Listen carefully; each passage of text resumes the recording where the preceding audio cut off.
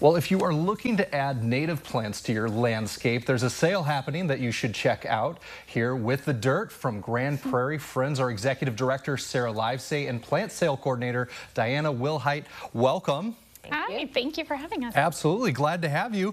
Let's talk about this plant sale. It's a little bit unique compared to a lot of the other ones that are out there because it's online. We started that when the pandemic hit, and all our customers loved it because they had a chance to look at every plant and think about it ahead of time. Now let's talk about that for a second, because not only can they look at them online, but you guys have these cards that offer all the details.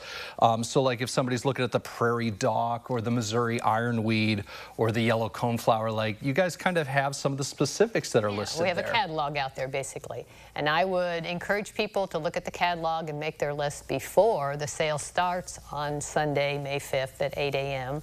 because it's crazy then. I mean, we sell 2/3 of our plants that morning. Right away, and I'm sure people are just waiting until that goes live 8 a.m. to log they start in. Ordering, right. But what's cool is you can get on now and you can start looking at the catalog. Right, that's right. And now what do we have here? We've got a few plants here in the room.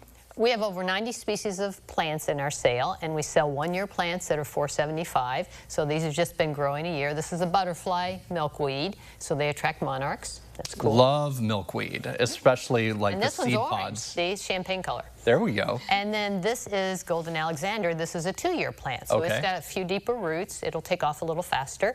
And I love this one because it's blooming in April, and so you need blooms in April early for the pollinators because there's not lots of stuff blooming. Awesome. And it's yellowish, and I have it against my dark foliage, and it looks really nice. Adds some contrast to the gardenscape. And then I have mature plants, which might be 3, 4, 5, 6 years old. This is cup plant.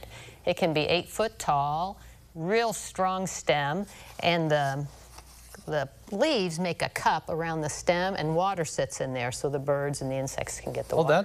Well, I mean, that sounds exotic, but these are all native to this area. Right. These are all local There's a lot of these in town. People will put them in the back of their yard where they can just let them go, and they're quite picturesque because they're so tall. That's so cool. What is you guys are focused on native plants. What is the benefit to having native plants in your garden instead of a lot of things that are imported? Well, if you don't have native plants, you don't really have a functioning ecosystem because plants and animals have evolved over time and they need to be there together.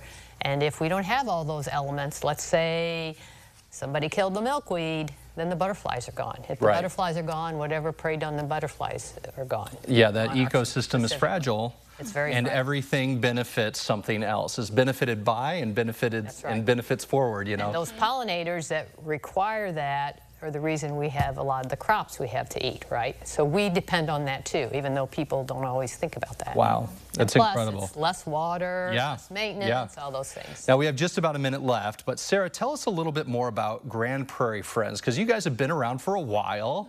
In fact, you guys started with 6 acres, and now you're up to 1,200. And I do want to say that this plant sale goes to benefit this organization. Absolutely. This is one of, if not the largest fundraiser for Grand Prairie Friends.